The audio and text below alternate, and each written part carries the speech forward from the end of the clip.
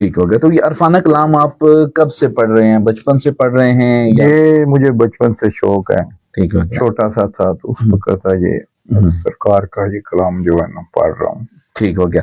चलिए हम आगाज करते हैं। आपकी आवाज का जादू जो है हम अपने सामीन और अपने नाज़रीन को आज दिखाएंगे। ते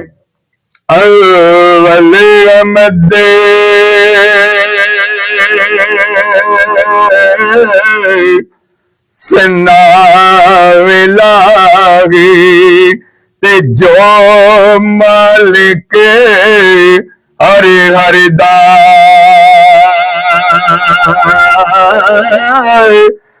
उस नाम जितारन वाला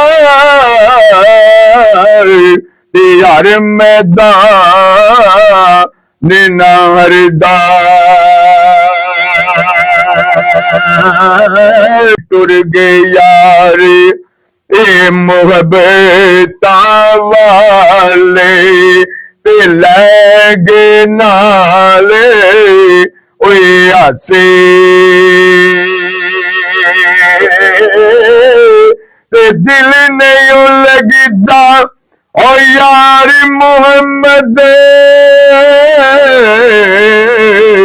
ते जाइए केड़े ए पासे